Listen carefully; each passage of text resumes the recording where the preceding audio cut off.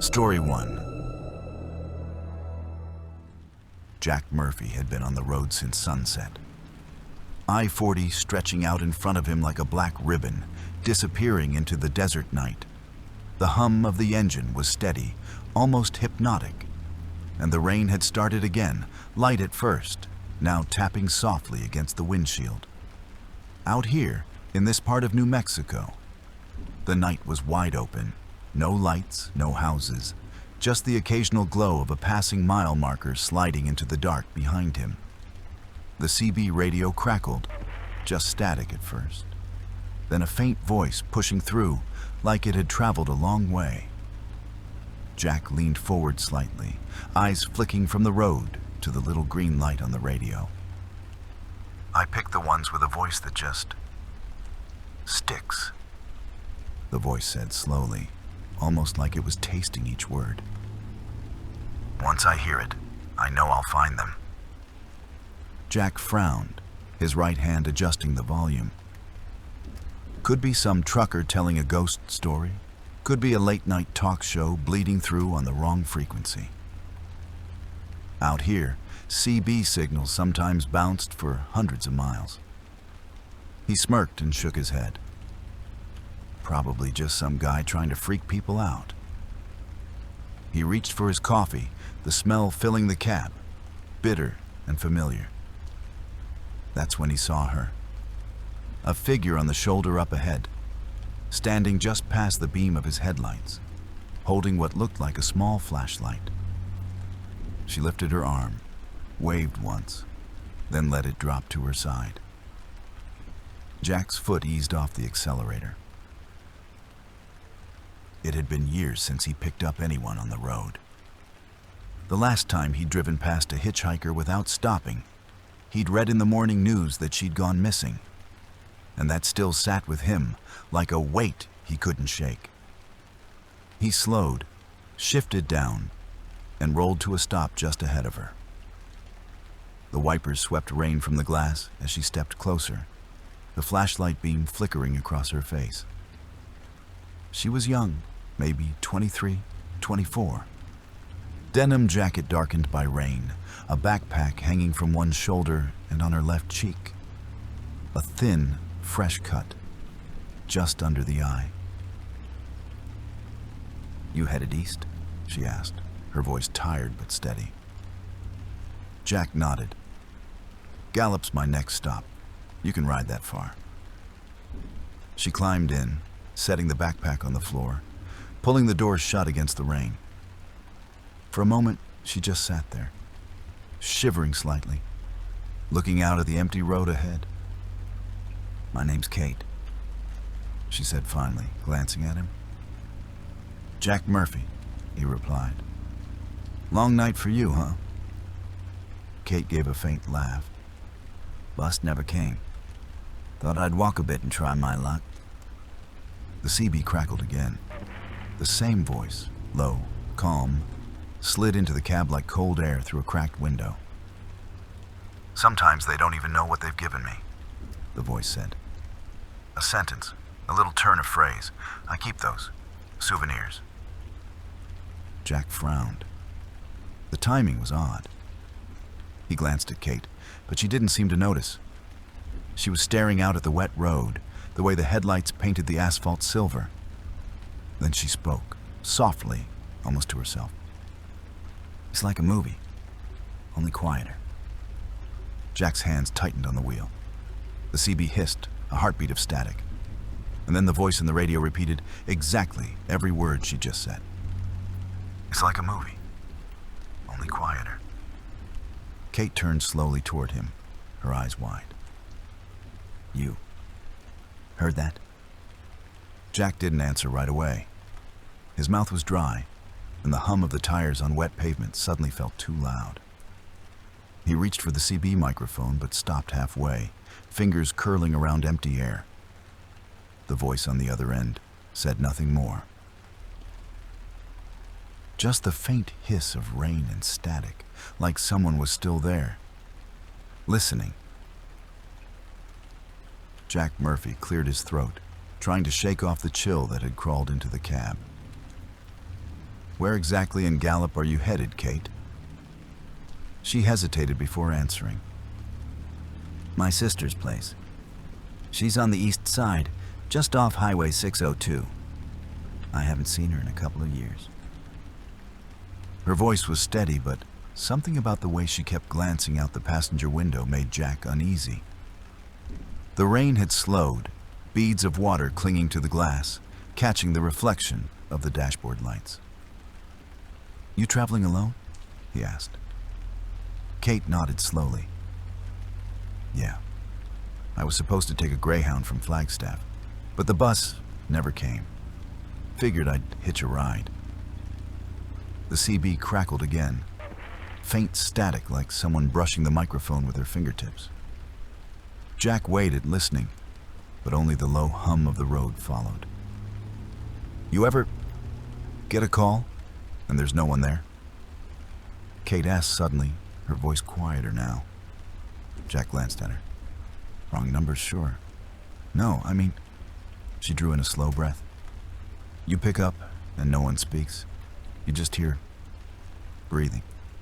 Not heavy, just close. Jack felt his shoulders tense. When was this? A couple of nights ago. Twice in the same evening. Same number. I didn't recognize it, but I answered. And whoever it was, they didn't hang up. Just listened. Before Jack could respond, the CB came alive again. The same voice sliding in like a knife between words. Sometimes I just call to listen. Kate's head snapped toward the radio, her eyes fixed on it like she could see through the static. That's the voice, she whispered. Jack gripped the wheel tighter. He'd heard plenty of weird late-night chatter on the CB, but this was different. There was a precision to the way the man spoke, each word measured, like he knew exactly who he was talking to, and exactly what they were doing. Where are you, pal? Jack muttered under his breath. The voice ignored him. You can tell a lot from a voice, it continued. How someone's feeling, if they're scared, if they're lying. A pause, soft static filled the space. And I know exactly where to find the ones I like. Jack reached for the CB mic again, but before he could press the button, the voice shifted. Calm, almost casual. Black Freightliner. Scratch on the driver's side door. Keep on truckin' sticker on the rear bumper. Kate went pale. That's your truck, Jack Murphy. He flicked his eyes to the mirrors, and there they were. 2 white points of light in the darkness, low and steady, maybe a quarter-mile back. Damn, he muttered, his throat dry. Where the hell did they? They were behind us. Kate cut in quickly. Before you even stopped for me. I saw them. Jack studied the lights, too far to make out the vehicle, but close enough that whoever it was could keep pace without trouble. The rain-slicked road stretched out ahead, nothing but black on both sides. The CB hissed once more, and the voice said, almost kindly, Don't worry, I'm not in a hurry. I've got all night. Jack kept his eyes on the mirror, but the lights didn't change. No gaining, no falling back, just there. Kate shifted in her seat, pulling her jacket tighter. What do we do? Jack didn't answer right away. The road hummed under the tires, the wipers swished a slow rhythm, and in the side mirror, those lights stayed right where they were. Somewhere in the static, Jack thought he heard it again, that quiet, deliberate breathing. And for the first time all night, he felt the urge to keep the radio off, but didn't dare touch the switch. The highway curved gently east, the yellow lines slick and glistening under the Freightliner's headlights. Those 2 points of light in the mirror never moved, Not closer, not farther. Just there. Always there. Jack Murphy kept one hand on the wheel, the other resting near the CB mic, though he hadn't touched it since the voice last spoke. He didn't want to give it another invitation. The rain had thinned to a mist now, hanging in the beams of the headlights like smoke. Up ahead, through the haze, a glow appeared, soft at first, then brighter as they drew closer. A truck stop. He recognized the big sign rising above the low roofline, lights buzzing against the wet night air. And there, parked near the entrance, a state police SUV, black and white, its roof lights off but unmistakable even in shadow. Jack's pulse jumped. He could pull in, flag the officer, and this whole thing could be over in minutes. Whoever was behind them could follow, or keep going, but either way, there'd be another witness. He eased his foot toward the turn signal. Kate's hand shot out, fingers wrapping around his forearm. Don't. Jack turned his head, frowning. What? Her eyes were wide, urgent. Don't stop here. Kate, there's a state trooper right there. I said don't. The sharpness in her voice cut through the hum of the engine. Jack stared at her for a beat, his mind racing. Why? Give me one good reason why I shouldn't. She hesitated, and that hesitation was worse than any excuse she could have given. Her grip loosened, but she didn't look away. Jack flicked his eyes to the mirror. The headlights behind them were still there, steady as ever. Kate, what aren't you telling me? She swallowed hard, turned her gaze forward. If you stop here, it's not going to help. Jack's fingers tightened on the wheel. Every instinct told him to pull in anyway, to roll up beside that police SUV and end this strange, creeping game. But another part of him, the part that had been on the road long enough to recognize when something felt wrong, told him she meant it. The truck stop entrance slid closer. The glow from the lights bathed the road in a pale gold. The trooper's SUV sat unmoving, windshield streaked with rain. Jack's hand hovered over the turn signal lever, then slowly fell back to the wheel. He kept the rig straight, rolling past the truck stop, the police SUV sliding away into the dark behind them. Kate exhaled, so quiet it was almost a sigh of relief. The CB radio crackled, not static this time, but a warm, almost friendly tone in the voice that followed. Good choice, Jack. A pause, the faint sound of rain on metal in the background. Keep driving. Jack's mouth went dry. He hadn't touched the CB mic.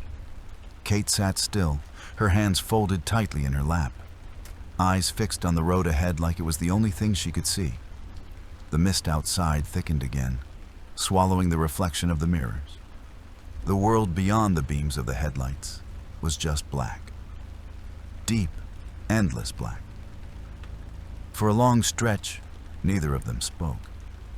The only sound was the low rumble of the engine and the rhythmic hiss of the tires. Jack's mind replayed that moment. The glow of the truck stop, the silent police SUV, Kate's sudden grip on his arm.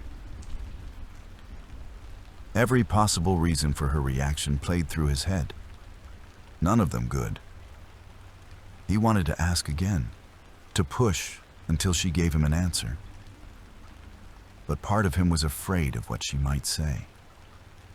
And still, in the mirror, those headlights stayed. The miles rolled under them, the world outside shrinking to a tunnel of wet asphalt and white paint. Jack Murphy kept checking the mirror. Those headlights hadn't moved for nearly half an hour. Always there, steady, like they were tethered to his rear bumper. The road dipped into a shallow valley, the mist thickening, until the high beams seemed to dissolve only a few truck lengths ahead. Jack was just starting to think they might ride this out when the lights behind them vanished. Not faded, not slowed, just gone. Kate shifted in her seat. Where did they...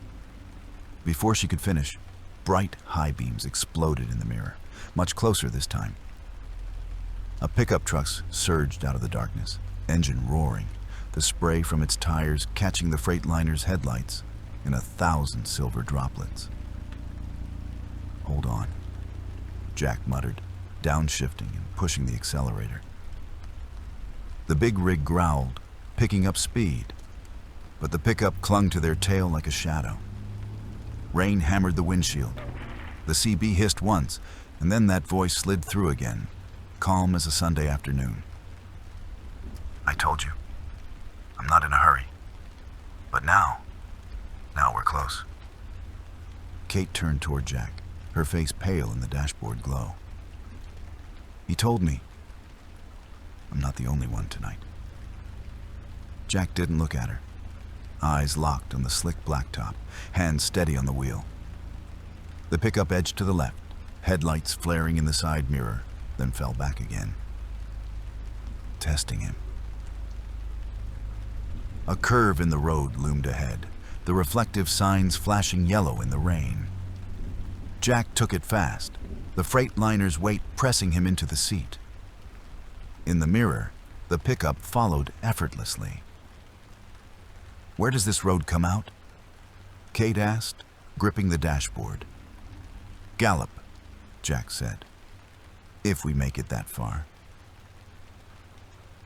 The pickup darted forward suddenly, closing the gap until Jack could see the outline of a grill guard and the glint of steel in the wet. Then, as if reading his thoughts, it drifted back again, keeping pace, never quite committing. For 10 more miles it stayed like that, a predator toying with its prey. Then, through the curtain of rain, the glow of town appeared on the horizon. Streetlights, neon signs, a gas station canopy.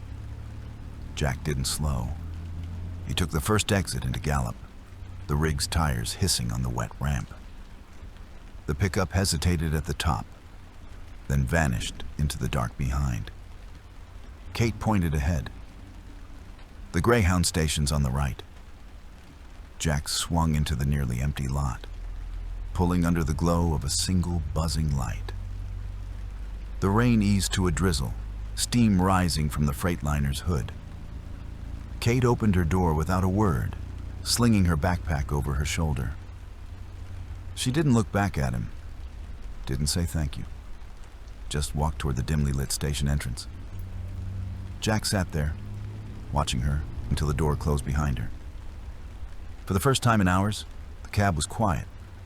No voice, no static, just the low hum of the engine. He reached over, turned up the radio. Johnny Cash drifted through the speakers, warm and steady. He almost let himself relax.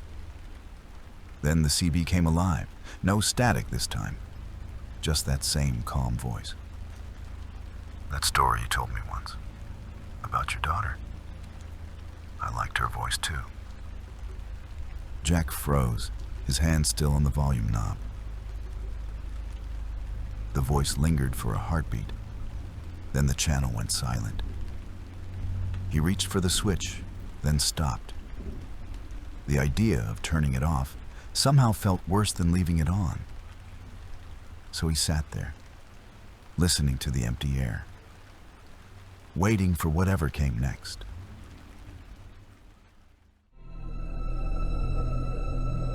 Story 2. I've buried a lot of things in my life. Bad memories, bad decisions. But only once did I bury something that was still breathing. And the worst part? It remembers me. I can feel it sometimes, even now, like a shadow just out of sight, watching. Back then, I was already circling the drain. Divorce finalized. Bank breathing down my neck, ready to take my truck if I missed one more payment. My credit cards were maxed, my fridge was empty, and the road was the only place I didn't feel cornered. That's when my phone rang. The name on the screen made me hesitate. Michael Harris, an old dispatcher I hadn't spoken to in years. He never called unless it was important, and the quiet in his voice told me this was more than just a job. "Jack," he said, using my full name like he always did. "I've got something for you. Pays more than you've ever made in one night." I laughed, but it came out dry. "What's the catch?" A pause, too long. "It's a special run. Cash only. Tonight. You don't stop, you don't talk to anyone, and you don't ask questions." "Why me?" I asked. Another pause, this one heavier. "Because you've hauled unusual cargo before, and you don't scare easy." His voice dipped lower. "And because I can't risk sending someone it might remember." That last part stuck in my head. I wanted to ask what the hell he meant, but something in his tone told me I wouldn't like the answer. He laid out the terms. 5 times my normal rate. Container already loaded at a secured yard on the edge of town. No CB, no phone once I was rolling. And one last rule. His voice flattened like steel when he said it. "The container will be sealed. Don't open it. No matter what you hear. Not even if you hear your own name." When I pulled into the yard an hour later, the place was almost deserted. A single floodlight buzzed overhead, casting pale light across cracked pavement. The container was already on my trailer, industrial green, streaked with rust. Heavy steel bands cinched it shut, and thick bolt seals were clamped on every latch. A forklift idled nearby, its driver watching me without a word. He nodded once, then drove off into the shadows, leaving me alone with the load. I walked the length of the trailer, checking my chains and binders. Everything was tight, locked, solid. The container didn't shift under my hand, didn't make a sound. Just sat there. I climbed into the cab, the diesel rumbling to life. My headlights cut through the mist as I pulled onto the empty road. The first 20 miles were uneventful. Blacktop stretching ahead, nothing but the low hum of the engine and the occasional whisper of wind across the mirrors. But I kept catching lights behind me. Not close, never closer than a half mile, but always there. High beams, too bright, holding steady for minutes before fading back into the dark. Then nothing. Then they'd appear again. Around midnight, I rolled past a lonely gas station. Old, with peeling paint on the canopy and a single pump under a buzzing light. I didn't plan to stop, but I slowed just enough to glance over. The attendant was standing outside, hands at his sides, staring straight at my truck. His eyes didn't move, his face pale in the harsh light. He didn't wave, didn't smile. I watched him shrink in my side mirror, expecting him to turn away. But he didn't. Not until I was too far to see his face. The road ahead felt longer than it should have, the air in the cab heavier. I'd taken plenty of strange runs in my life. But this one felt different, like the night itself was holding its breath. And every now and then, so faint I almost thought I was imagining it, I heard something from the trailer.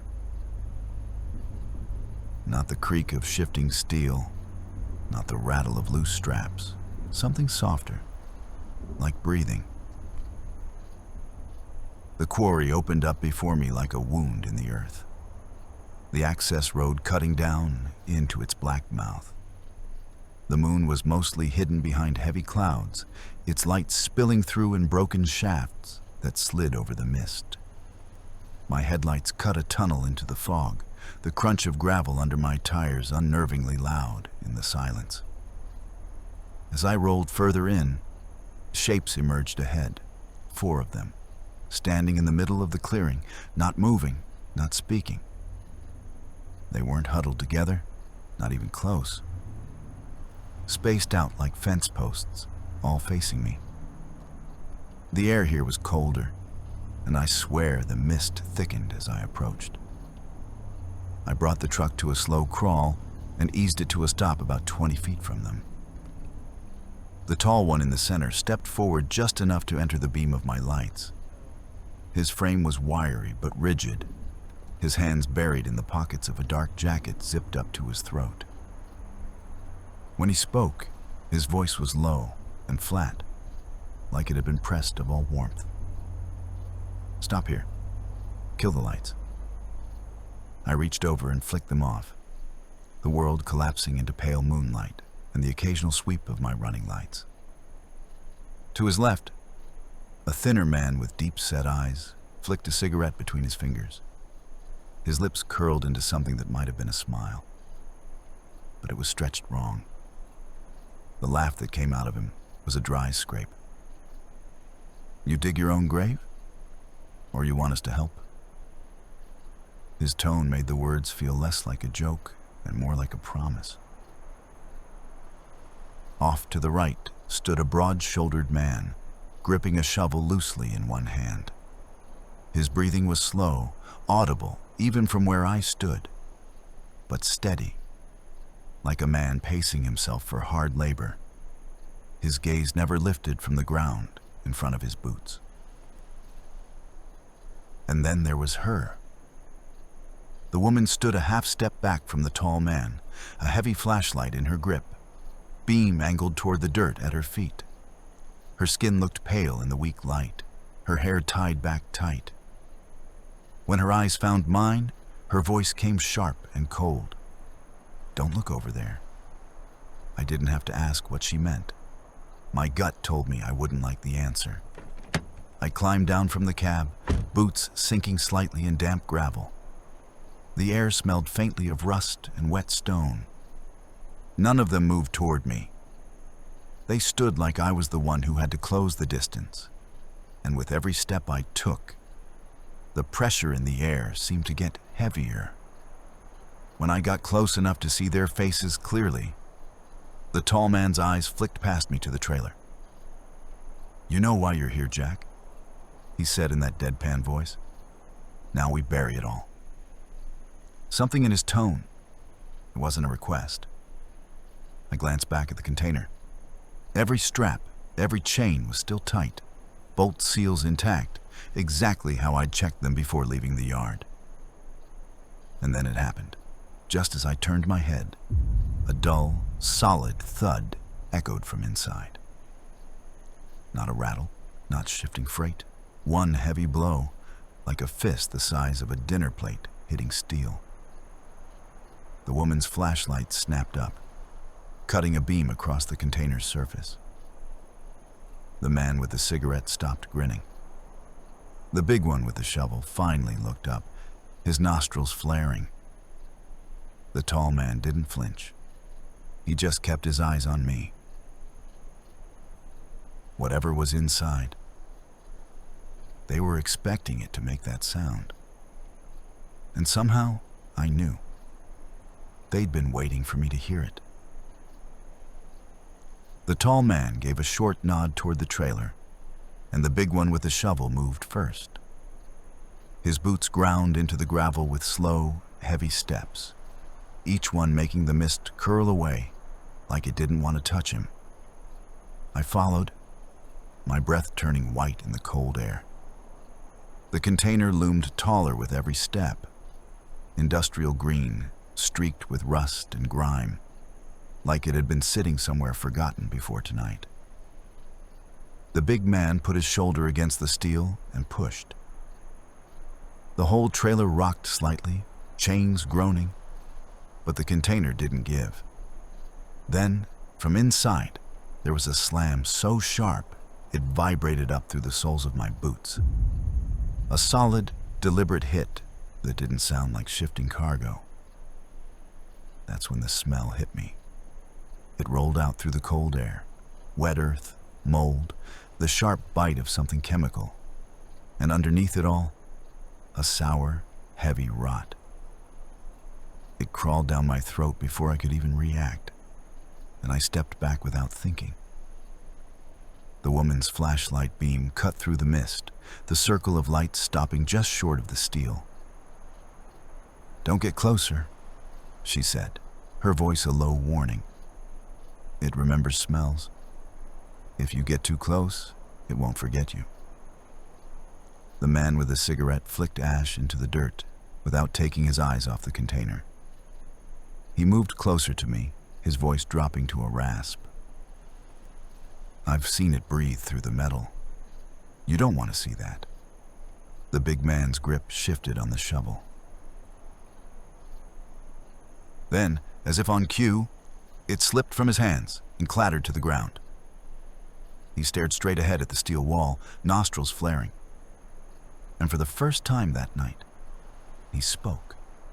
A deep, grinding tone, like stone dragged across stone. "It's moving." Silence. Then I heard it. Not another slam, but a faint, patterned tapping. Soft at first, then clearer. I froze, my brain already breaking it down without me telling it to. 3 short, 1 long, H, 1 short, 1 long, E, L, P, help. The air seemed to drain out of my lungs. It pulled me backward in time, me and my older brother, a flashlight under a blanket, him tapping against my palm, teaching me Morse code. He made me practice over and over, until it became muscle memory. He told me, half joking, "If you ever hear this in the dark, you damn well answer back." But my brother had vanished years ago. No body, no trace, just gone. The tapping came again, faster now. "Help, help." I took a step toward the container, hand half reaching for the seal. The steel bands were still tight, the bolt locks intact. The tall man moved in front of me, blocking the way. His voice dropped to a cold whisper. "You bury it. You walk away. You don't. You lie down next to it." I didn't move. Couldn't. The woman stepped closer, the beam of her flashlight grazing my face. "It already knows your voice," she said softly, almost like she was talking to herself. "Once it hears you, it can find you. Anywhere." The cigarette man's laugh was barely more than breath.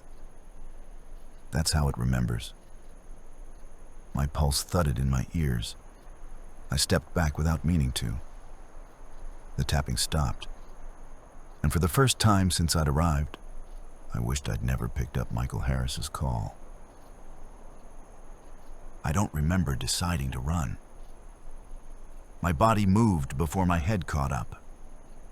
One shove and the man with the cigarette went stumbling sideways, cursing. The tall man barked something sharp, but I was already yanking the cab door open, boots hitting the steps 2 at a time. The cold night air chased me inside. My fingers found the key, twisting hard. The diesel roared to life, loud enough to drown out the first gunshot, almost. The second one rang out clearer, followed by the dull clang of a bullet hitting metal somewhere behind me. I slammed it into gear, stomped the accelerator, and the rig lunged forward. Gravel spat out from under my tires, the whole frame shaking as I pulled away from the clearing. More shouts, another shot, and then, from behind me came a sound that froze my blood. It was metal tearing, not bending from strain, not groaning from weight. This was sharper, hungrier, like something inside the container was ripping its way out. I risked a glance in the side mirror. The tarp stretched over the end of the trailer was swelling outward in pulses, each push timed with the screech of steel. The chains binding the load still looked tight, bolt seals still unbroken. Yet the metal under the tarp buckled like it was being forced from within. The shape that pressed against the fabric was all wrong. Too big for a man, but too narrow in places for an animal. The movement was jerky, almost searching. like it was feeling along the edges for a way out. I looked back to the road, knuckles white on the wheel. The blacktop stretched ahead, empty and endless. My pulse hammered so hard I could feel it in my teeth. The engine's growl filled the cab, but underneath it, there was still that sound. Then the mirror caught it. A final bulge under the tarp, like something standing upright inside, before the shape dropped out of sight. The tarp sagged again, still chained, still sealed. Mile after mile disappeared under me. The mist thinned, replaced by cold, open highway. My breathing started to even out until I heard it. 3 short taps, 1 long. H, 1 short, 1 long. E, L, P, help. It was coming from the trailer. I drove another quarter mile, then swung the rig onto the shoulder. The crunch of gravel under the tires sounded too loud in the stillness.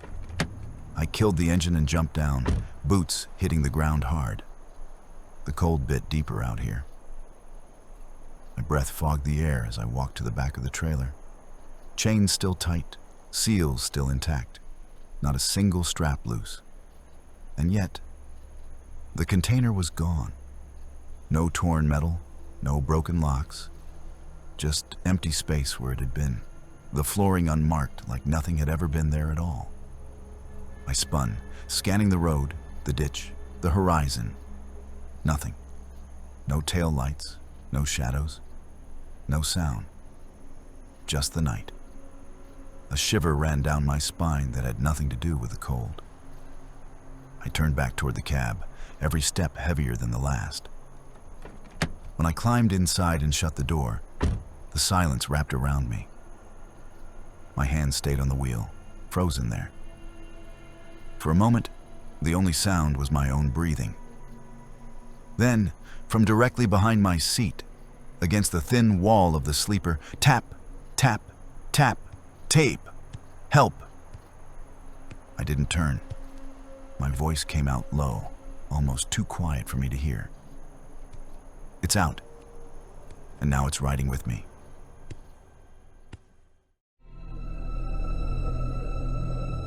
Story 3. You know how every driver has that one shortcut he swears by? That little trick to shave off 20, maybe 30 minutes from a run. Tonight, that shortcut was a lonely forest road. I was hauling groceries, nothing fancy, but I was already behind schedule. And when you're hauling for the chains, being late doesn't just mean a dirty look. It means a fine. And fines eat at your paycheck faster than gas prices. I couldn't afford that. My boy's tuition was due, and this load needed to hit the dock before dawn. So yeah, I took the forest road. The highway had been the safe bet. Wide lanes, steady hum of traffic. But I wanted that time shaved off. I kept telling myself I'd thank me later. A hot shower, maybe even catch a couple hours of sleep before the next run. That's all I was thinking about. I had a thermos of black coffee wedged between the seats. Bitter, burnt, and strong enough to peel paint, just the way I like it when the road gets long.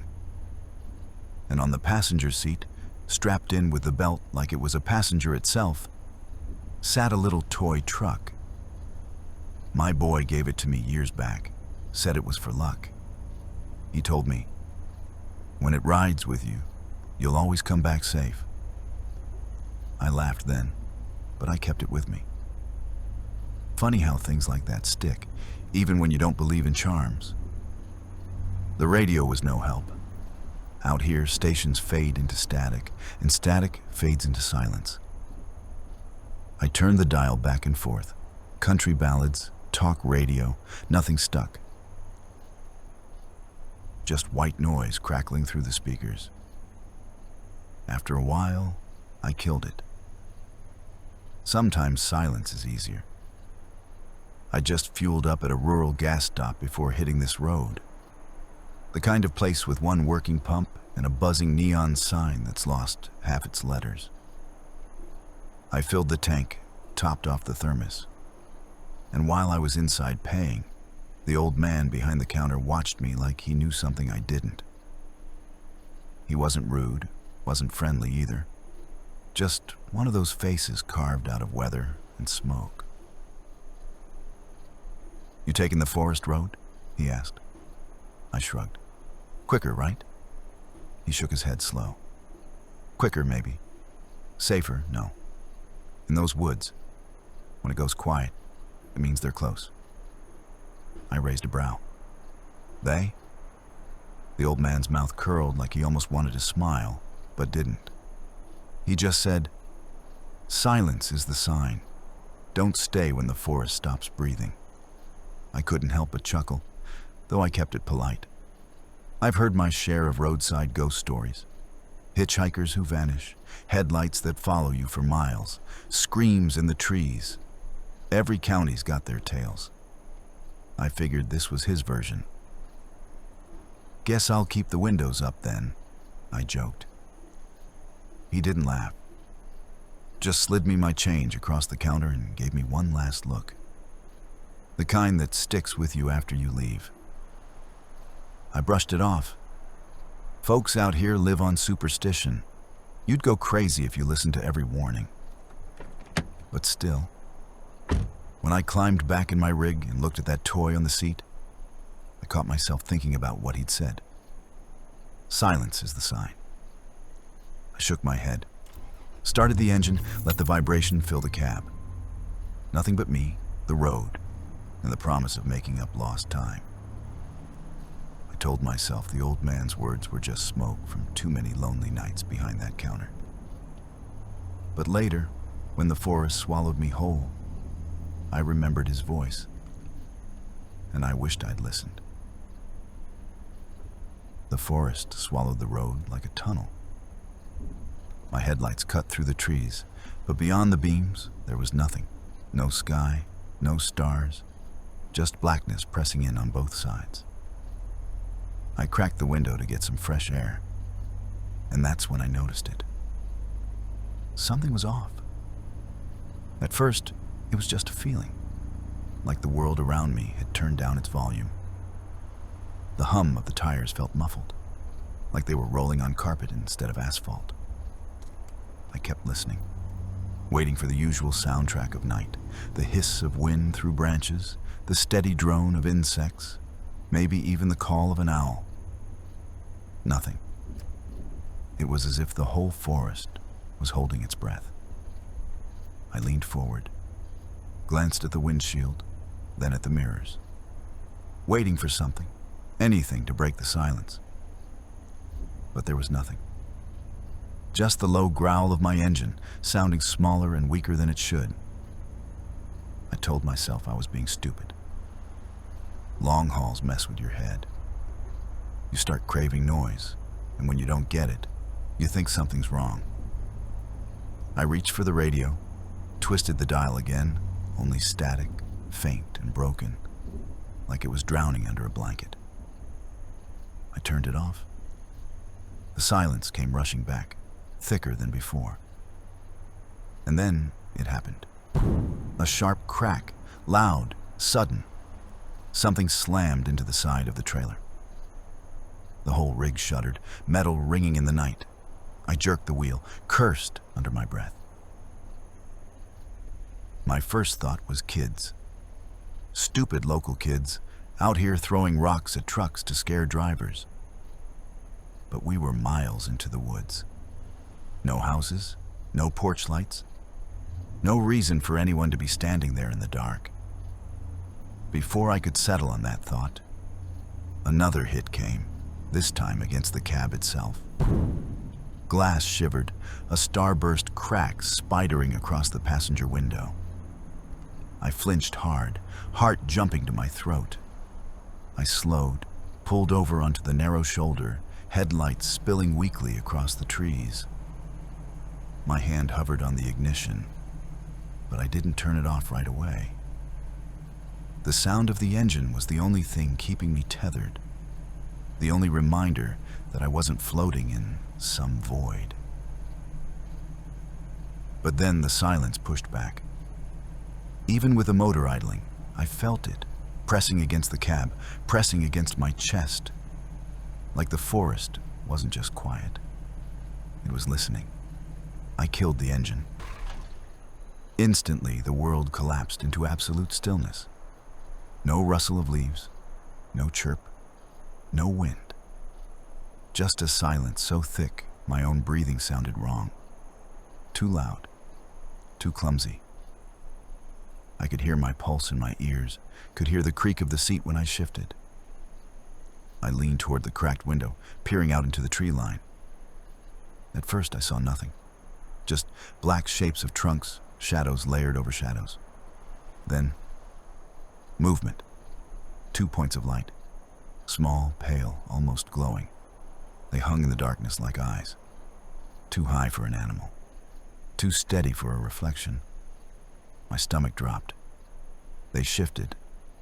Not smoothly, not like a head turning, but in short, jarring bursts. Like something snapping from one position to another. The lights darted a few feet to the side, froze, then jerked closer in a single blink. It didn't make sense. Nothing moved like that. I whispered to myself, though I don't know why. Maybe just to break the silence. No, that's not real. The lights blinked again, closer now, just at the edge of the headlights. They didn't shine like normal eyes catching a beam. They seemed to carry their own faint glow, pale and sickly, as if they were alive in the dark. I reached for the key, hand shaking, desperate to restart the engine. My gut told me whatever those eyes belonged to. It wasn't something I wanted standing outside my truck. And then, just as I touched the ignition, the silence deepened. The kind of silence that made me feel like if I spoke again, something would answer. My fingers twisted the key hard, desperate for the sound of the engine roaring back to life. The starter groaned, the motor sputtered, coughed once, then died with a hollow click. I tried again, pumping the pedal like maybe that would help. The dashboard flickered, red warning lights flashing in strange patterns, too fast, then too slow, like the truck was breathing in the wrong rhythm. The gauges twitched, needles jerking from 0 to max, then dropping dead again. Come on, I hissed, my voice breaking the heavy silence. It felt wrong to speak, like my words didn't belong here, like they echoed too far inside the cab. I turned the key again. The engine caught for half a second, a weak, rattling growl, then choked and went dead. This time the dash went completely black. No lights, no gauges, nothing but my reflection staring back in the glass of the windshield. My reflection and those 2 eyes hovering in the tree line. They were closer now. I didn't even hear them move. One moment they'd been at the edge of the headlights. Now they hung just beyond the cracked passenger window. The glow was faint but steady, pale circles floating in the dark. I swallowed hard, tried the ignition again. Dead. Not even a click this time. The silence pressed harder, like the cab itself was sealed inside a vacuum.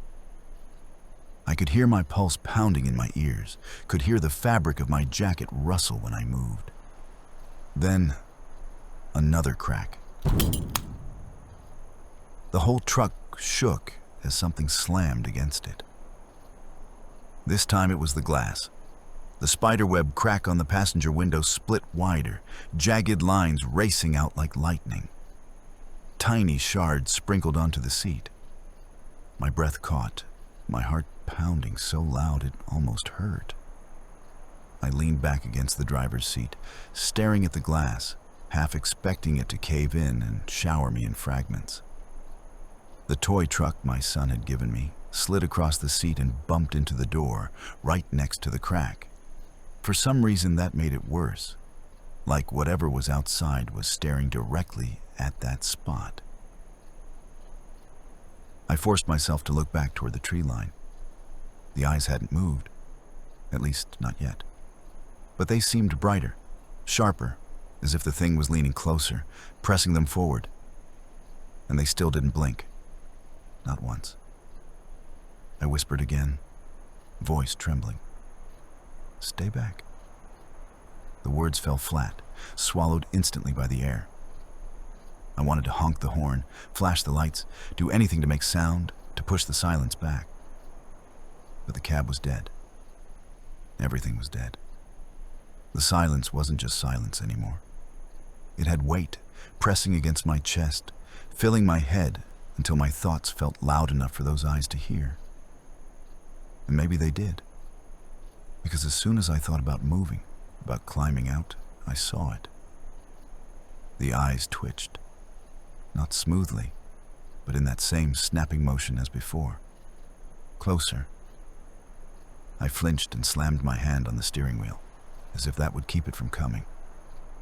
But the only sound was the dull thud of my palm, and even that felt wrong, like it carried too far in the cab, bouncing back at me with a hollow echo. I reached for the ignition again, more out of desperation than hope. I turned the key, nothing. Dead silence. Not even a click this time. My throat was dry, my chest tight. The eyes jerked again, closer still, now level with the edge of the cracked window. Just a thin sheet of glass separated me from whatever was out there. And in that moment, I realized the old man at the gas station hadn't been joking. Silence was the sign. And I was right in the middle of it. I didn't want to leave the cab. Every instinct told me to stay locked inside, wait until morning, wait until another trucker came along, wait for anything. But the rig was dead. The cab was suffocating, and the silence was closing in like a heavy blanket. If I stayed, I felt like it would smother me. So I grabbed the flashlight from the side compartment. The metal felt cold, slick with the sweat from my own palms. I pushed the door open. The hinges groaned just a little, too loud, way too loud in that kind of silence. I froze, listening, half expecting those eyes to twitch at the sound. I climbed down, boots crunching on the gravel shoulder.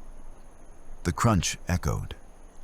Not a normal echo, not the kind you'd hear under a bridge or inside a tunnel. This was sharp, hollow, like every step bounced back from inside my skull. And then, there was another sound. A second crunch, just after mine. Perfectly timed, but not mine. I swung the flashlight beam across the road. Gravel, trees, blackness. No one there. I took another step. Crunch. And right after it, the second one, softer, fainter, but too perfect to be coincidence. My breath fogged the air, white against the beam. No, I whispered to myself. It's just the woods, just the woods. But the woods don't walk in step with you. I forced myself forward, beam shaking in my hand. The light cut through the dark in jagged slices, jumping from one patch of ground to another. Then it landed on something that made my stomach knot. Footprints. They were mine. Clear as day in the gravel, heel to toe. I crouched down, flashlight trembling, tracing them with the beam. And then they just stopped. Mid-stride. One print, half finished, and then nothing, like someone had lifted me up and carried me away. I stood there staring, my chest tight.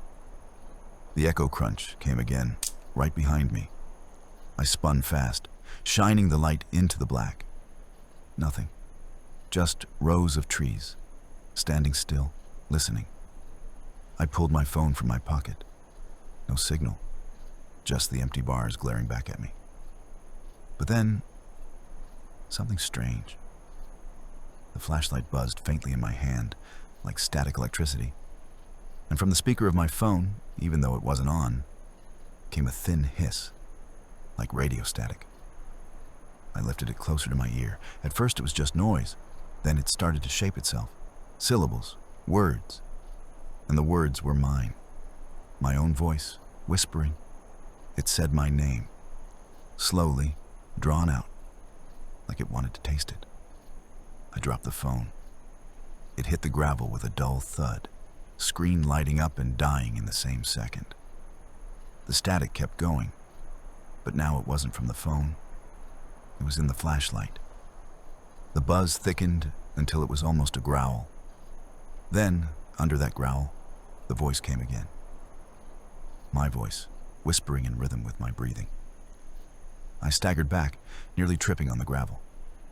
My chest heaved, air tearing in and out. And with each breath, the whispers matched it. When I inhaled, they inhaled. When I exhaled, they whispered my name again. Closer this time, like it was right against my ear. I clamped a hand over my mouth, as if that would make it stop. The silence returned for half a heartbeat, and I thought maybe I'd imagined it. But then the crunch came again, one step behind me. I swung the flashlight. The beam caught only trees and shadows. But I swear, just for an instant, I saw the glint of those eyes again, flickering pale between the trunks. I knew I had to move. Standing still meant waiting for whatever was out there. And waiting felt like an invitation. The road stretched out ahead like a pale ribbon. And for the first time in miles, I saw something besides trees. A faint glow on the horizon. It was a tower, a communications mast, blinking red against the night sky. Relief hit me like a wave. If I could get that far, maybe I'd find signal, maybe I'd call for help, maybe I'd just hear another human voice. Anything would be better than this silence. I stumbled forward, flashlight beams swaying across the gravel. Each step echoed too loud, bouncing back at me. Behind those echoes came others, soft, staggered, like a crowd walking in rhythm with me. I tried not to look back. I just kept my eyes on that faint red light in the distance. Then the beam caught something across the road, and my heart sank. A tree. A massive pine had fallen across the asphalt, blocking the path entirely. Its roots twisted out of the dirt like broken bones. Its branches sprawled wide across both lanes. There was no way around it without plunging into the forest, and I wasn't about to do that. I froze, gripping the flashlight tighter. And that's when I saw them again. The eyes. They hovered just beyond the fallen tree, two pale, perfect circles, staring back at me. For a heartbeat, I thought they were alive, glowing like before. But when my light caught them just right, I saw the truth. They weren't eyes at all. They were reflectors. Two round metal discs, held up at the height of a man's face. And they moved. Snapped left, snapped right, then jerked forward a step like something was carrying them. Not walking, dragging. My chest tightened. The flashlight flickered in my hand, buzzed with static, then cut out completely. Darkness swallowed the road. The steps multiplied. Not one set, not two, dozens. Dozens of footsteps crunching on gravel, moving in time with each other, closing in from the trees, from the road, from behind me. I ran. I don't remember choosing to, but my body moved. I bolted back toward the truck, lungs burning, heart pounding like it wanted out of my chest. The crunch of my boots was swallowed instantly by the chorus of footsteps all around me, too many to count. I didn't dare look behind me. I didn't want to see how close they were. I reached the cab, yanked the door open, scrambled inside, slammed it shut and locked it, gasping for air.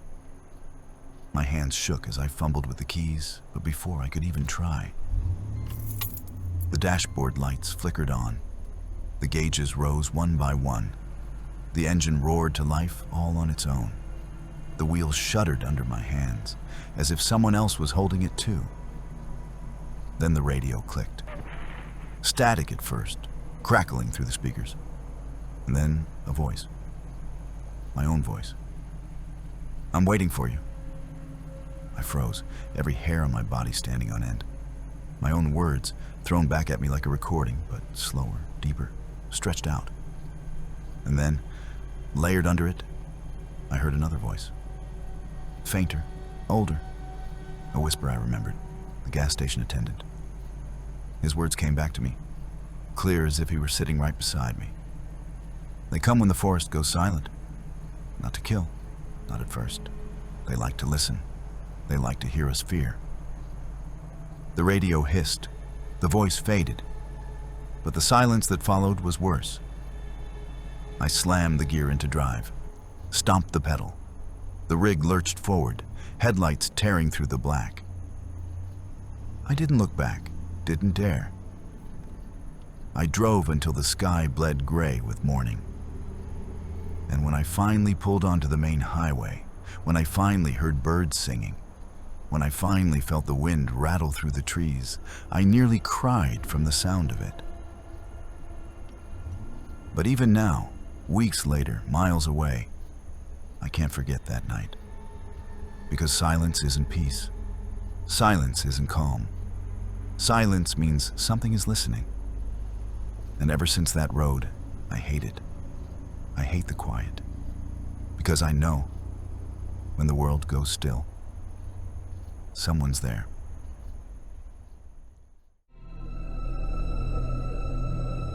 Story 4. You know what's worse than the dark on the highway? It's not the kind of silence that swallows you when you roll through the desert at night. It's not the loneliness. Not even the sound of your own tires humming over endless asphalt. No.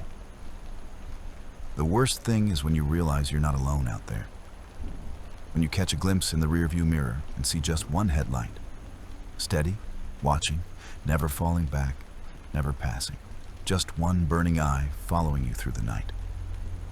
That's how it started for me. Long stretch of interstate, nothing but darkness on both sides. The rain drumming a lazy rhythm on the windshield. I'd been on the road for hours, the kind of hours where the coffee tastes like cardboard and every mile feels the same. My Freightliner's dashboard glowed a dull green, gauges steady, engine humming. Then I saw it. A single light, far back in the mirror. At first, I thought it was just another late-night traveler. Some busted old car with one lamp out, trying to get home before dawn. Nothing unusual. But I kept driving, and the light didn't change. 10 miles? 15? That one headlight stayed locked in behind me. Not too close, not too far. The perfect distance. It was like the driver had measured it out with a ruler. I frowned, tapped the glass of the mirror with my finger, as if maybe it was my eyes playing tricks. But no, still there. Steady. I pushed the pedal down. The Freightliner groaned. Speedometer crept higher. 80, 85. The rain streaked across the windshield in long silver threads. Most cars would have faded by then. Not this one. That headlight stayed put, shrinking just a little, then growing again, always right where it had been. All right, I muttered. Let's see what you got. I slowed down. Not a gentle slow, but hard, jamming the brakes enough to feel the load shift behind me. The truck rattled, my seatbelt dug into my shoulder. Headlights from behind should have rushed up on me, right? Should have closed the gap. But the mirrors showed nothing. just empty road, black and wet and endless. I leaned forward, squinting, my pulse climbing. No car, no light. Okay. I said it out loud to myself, because silence felt heavier than the engine's rumble. I rolled steady for another mile, maybe 2. My grip on the wheel loosened a little. Must have been some random driver who took an exit, that's all. I let out a breath, half a laugh. Then I glanced in the mirror again. And there it was. Same place, same distance. That single, steady headlight burning through the rain. It was impossible. I hadn't passed an exit. Nobody had overtaken me. But there it was, patient as ever. The hair on my arms lifted. I tried shaking it off, told myself I was just tired, that the night plays tricks when you're half burned out. Still, I couldn't stop checking the mirror. Every few seconds, my eyes went back, as if drawn there. One headlight, always one. I thought about pulling over. Just slam the hazards on, climb down, and see for myself. But the thought of stepping out into that darkness, of standing on the shoulder while that thing rolled closer, no. No, I wasn't ready for that. Instead, I kept testing it, accelerating hard, watching the tack needle climb, yet the headlight stayed, dropping down to 50, almost crawling, gone again, swallowed by the night. And then, like a bad punchline, it reappeared a mile later, exactly where it wanted to be. My throat was dry. I swallowed, but it didn't help. The longer I drove, the more it felt like that headlight wasn't just behind me. It was looking at me. Not my truck, not the road, but me. And deep down, though I didn't want to admit it, I felt like I'd seen it before. I told myself I'd pull off at the next gas station, shake it off, get another cup of bad coffee, maybe splash some water on my face. A little reality check. When you drive long enough through the dark, you start to feel like the road is messing with you, bending around you in ways it shouldn't. So when the green glow of a station finally appeared, I felt relief wash over me. Civilization, fluorescent lights, a lonely ice machine, a couple of pumps under a buzzing canopy. I eased the rig in, air brakes hissing, engine rumbling into silence. And when I checked the mirrors before killing the lights, nothing. Just my own reflection in the wet glass. No headlight, no shadow behind me. I climbed down, boots hitting the slick concrete, the smell of gasoline and wet asphalt hitting my nose. The place was empty, just me and the attendant inside, half hidden behind a scratched plexiglass window.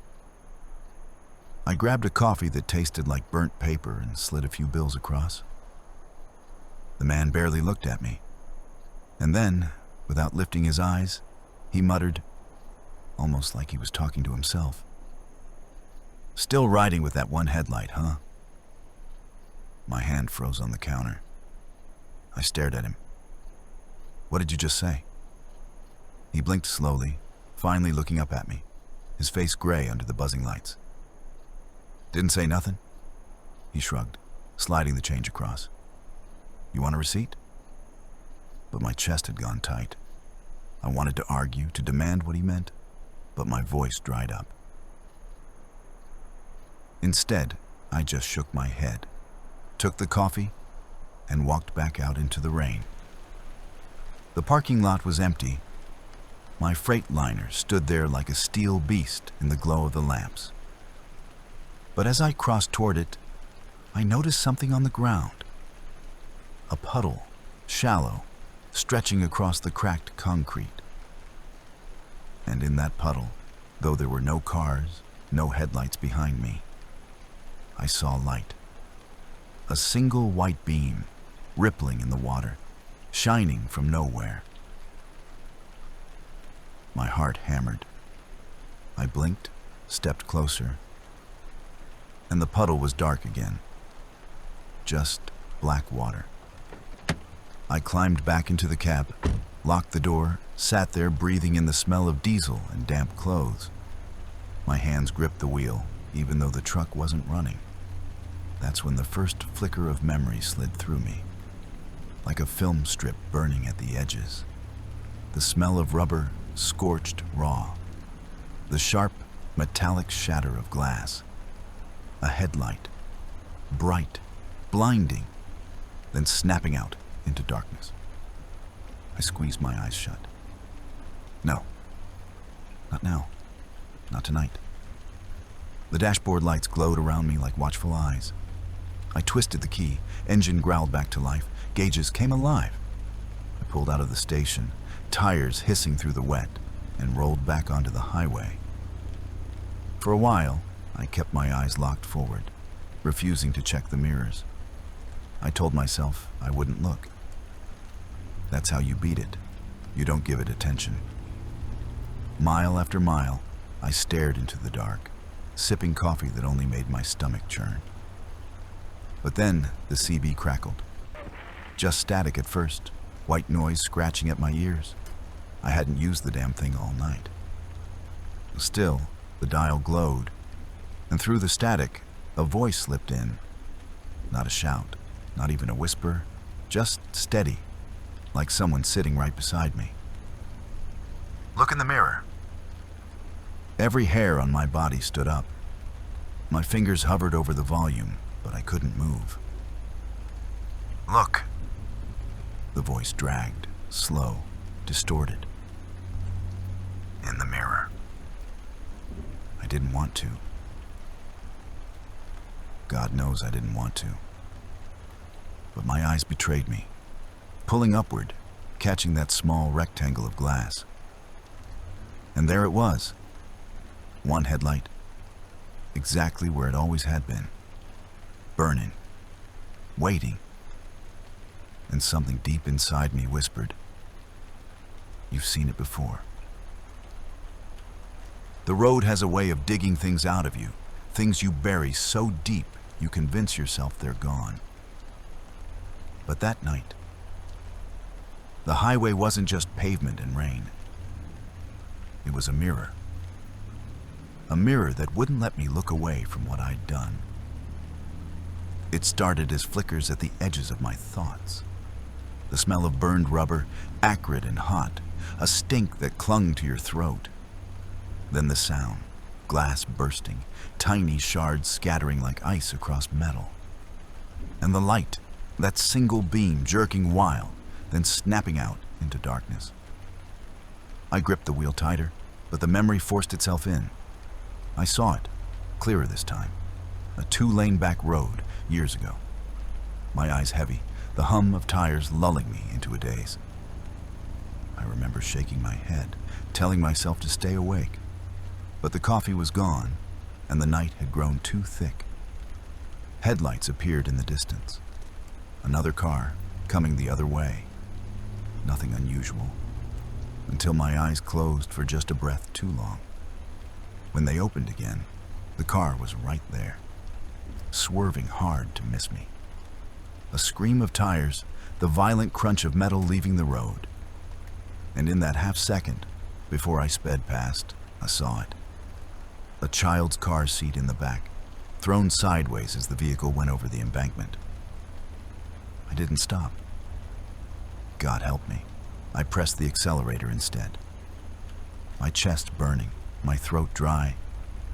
I told myself someone else would come, that it wasn't my fault, that I couldn't afford the cops, the questions, the blame. The mirror showed nothing behind me that night, and I tried to live like nothing had happened. But I never forgot that broken headlight, glowing weakly as the car twisted out of sight. And now, here it was again.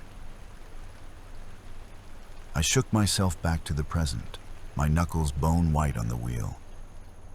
The rain had eased, leaving the pavement slick with silver reflections. I pulled off onto a rest stop, empty except for trash cans and a single broken lamp buzzing weakly.